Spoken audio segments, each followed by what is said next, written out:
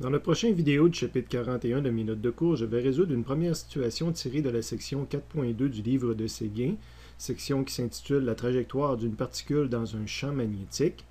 Il s'agit de la situation 1, intitulée elle-même « Un électron en mouvement circulaire uniforme ». On peut prendre connaissance du libellé de la situation à la page 348 de Séguin. Après une première lecture, on nous dit qu'on est dans un champ magnétique de 3 × 10 à la moins 4 Tesla. Donc, c'est probablement la première donnée que j'ai identifiée ici, le champ magnétique. On lance un électron. Donc, j'ai assurément identifié sa charge électrique dans un problème de cours d'électricité. Et j'aurais pu également identifier sa masse. Et je m'aperçois un peu plus loin que j'en ai carrément besoin dans le problème. Donc, c'est une donnée comme telle, là, et pas en rouge différent. On le lance perpendiculaire au champ avec une vitesse de 2 × 10 à la moins 6 mètres par seconde. Donc, j'ai sa vitesse. On désire déterminer le rayon de la trajectoire, la période et la fréquence. On suppose que la particule subit uniquement l'effet du champ magnétique. Hypothèse importante, on va le voir dans quelques instants. Donc, on me demande le rayon, la période et la fréquence. Par conséquent, j'en déduis déjà qu'on s'attend à un mouvement circulaire. Le titre nous le disait également. S'il n'y a pas plus d'informations que ça qui nous est donné au niveau du dessin, là, on a plusieurs options qui s'offrent à nous parce qu'on ne nous donne pas la direction des différentes choses. Évidemment, je vais essayer de faire ma trajectoire circulaire dans le plan de la feuille, ça va être plus facile de la voir. Donc, la vitesse de l'électron, soit que je la dessine par exemple vers la droite ou vers la gauche, puis je me mets un cercle comme ça. Évidemment, dépendant si je l'ai mis ici ou ici, ça va faire varier dans quel sens qu'il faut que je mette mon champ magnétique pour être cohérent. Qu'est-ce que je veux dire par là? Bon, si je le ramène dans le sens que j'avais mis au départ, bien, pour qu'une particule subisse une trajectoire circulaire comme ça, il faut qu'elle subisse une force dirigée vers le centre, force qui va créer une accélération centripète. Et cette force-ci, dans ce problème-ci, ça va être la force magnétique. Qui va être créé par un champ magnétique qui interagit avec une vitesse en déplacement. Donc là, je dois réussir encore une fois à imaginer comment je dois placer ma main droite pour que le pouce me donne la force magnétique alors que mon bras se dirige selon V. Je vous rappelle que c'est une particule négative, donc présentement, je devrais essayer d'envoyer mon pouce vers en haut. Ça va impliquer que la force magnétique va être de ce côté-ci. Fait que mon bras devrait pointer vers le côté de l'écran. Je devrais placer ma paume de façon à, quand je tourne les doigts, quand je ferme le poing, mon pouce pointerait vers le haut. Pour ce faire, mes doigts doivent tourner, rentrer vers l'écran. Donc le champ magnétique devrait rentrer dans l'écran. Encore une fois, en cours, je devrais refaire ces manipulations-là de la main droite avec vous. Donc, présentement, si je passe sur ma liste de variables, B est illustré, la masse est illustrée, la charge, la vitesse. Rayon, bien évidemment, coup que mon cercle est tracé, je peux donner le rayon du cercle. La période et la fréquence, c'est associé à la trajectoire. Donc, j'ai probablement, à côté du pointillé, là, mis à la fois la période et la fréquence.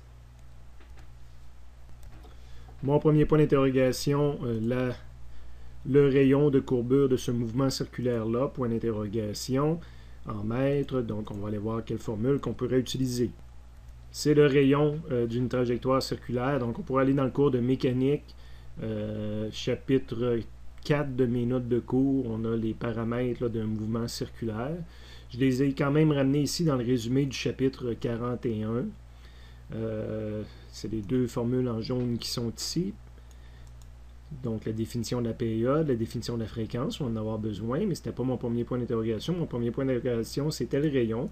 Quand je vous disais, ce qui avait été vu dans le chapitre 4 de mes notes de cours, c'était cette partie-là, que l'accélération centripète était égale à V carré sur R, là, si on oublie le M des deux côtés. Donc, il y avait la partie AC est égale à V carré sur R. Et en dynamique, on avait vu cette partie-là, que la somme des forces centripètes était égale à la masse fois l'accélération centripète. Quand je combine la dynamique et la cinématique d'une particule, d'un mouvement circulaire, Avec le fait que si jamais la somme des forces, qu'est-ce qui crée ma force, c'est uniquement la force magnétique, puis on avait déjà vu dans le chapitre 41 qu'on pouvait remplacer la force magnétique par QVB. Donc si ma somme des forces ne met en jeu que la force magnétique, ben, je peux écrire que Fm est égal à MAC, que Fm est égal à QVB, que Fm est égal à mv carré. On peut remanipuler toutes ces équations ici, puis dire que ça, c'est toutes mes égalités possibles pour étudier la dynamique d'un mouvement circulaire causé par un champ magnétique. Évidemment, il y a une chose qu'on s'intéresse souvent, c'est le rayon de courbure. Donc, je pourrais isoler le rayon de courbure. Je peux prendre n'importe quelle partie de ces trois égalités-là. Donc, si je me préoccupe plus de la partie QVB est égal à mv carré sur R, ben j'obtiens le rayon, comme j'avais déjà mentionné dans le vidéo sur l'aperçu du chapitre. Donc, je peux oublier toute la dynamique puis l'obligation de repartir avec mes équations de base puis dire, ben, si j'utilise la dynamique, je vais obtenir ça en bout de ligne de toute façon. Donc, c'est ce que j'ai utilisé ici. Pas besoin de faire la somme des forces centripètes, etc. La somme des forces centripètes va m'amener à développer cette équation-là au besoin. Je connaissais tous les paramètres. Quand je fais mes remplacements, je cherche le R. La masse, c'est la masse d'un électron. La vitesse était donnée.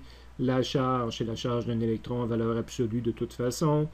Et le champ magnétique est donné. J'ai une équation à une inconnue. Il peut être intéressant ici de faire les manipulations mathématiques classiques, de dire que la masse, c'est la masse d'un électron, puis que la charge, c'est la charge d'un électron. La charge d'un électron, c'est moins E, comme on avait mis ici, mais évidemment, la valeur absolue de moins E donne E. Donc, ces deux paramètres-là, c'est des constantes universelles. Donc, si on étudie le mouvement d'un électron, ben, la trajectoire circulaire de cet électron-là dans un champ magnétique va être proportionnelle à la vitesse, ce qui est bien logique. Plus je vais aller vite, plus que le cercle va être grand, et inversement proportionnel au champ magnétique. Donc, plus le champ magnétique est grand, plus le rayon de courbure va être petit, ce qui est logique parce qu'un champ magnétique grand va impliquer une force magnétique grande qui va me faire tourner plus rapidement. Donc, tourner, quand je dis tourner plus rapidement, ce n'est pas en termes de vitesse, là, mais c'est en termes de courbure. Donc, si je tourne, si j'ai une courbure plus prononcée, ben mon cercle va être plus petit.